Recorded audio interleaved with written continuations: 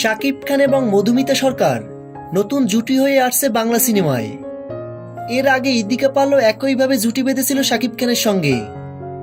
এরপর কলকাতার জনপ্রিয় অভিনেত্রী নুসরাত জাহানকেও দেখা গিয়েছিল বরবাদ সিনেমার চাঁদ মামা শিরোনামের আইটেম গানটিতে। বর্তমানে কলকাতার নায়িকারা শাকিব খানের সাথে কাজ করতে চাচ্ছেন, কেননা শাকিব খানের সাথে কাজ করলেই সেই ছবি সুপার ডুপার হিট হয়। এবার লাইভে এসে মধুমিতা সরকার বলেন, এবার খুলতে যাচ্ছে আমার ভাগ্যের চাকা।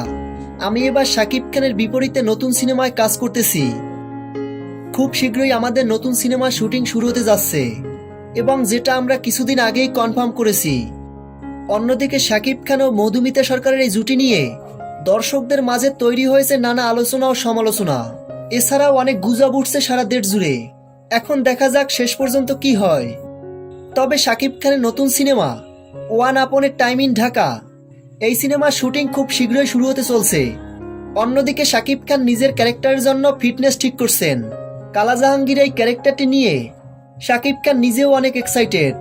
2026 সালের রোজার ঈদে দর্শকরা বিশাল বড় চমক পেতে চলছেন। প্রিয় ভিউয়ার্স, শাকিব খানের কালা জাহাঙ্গীরের চরিত্রটি নিয়ে আপনারা কতটা এক্সাইটেড ভিডিওর নিচে কমেন্ট করে জানিয়ে দিন।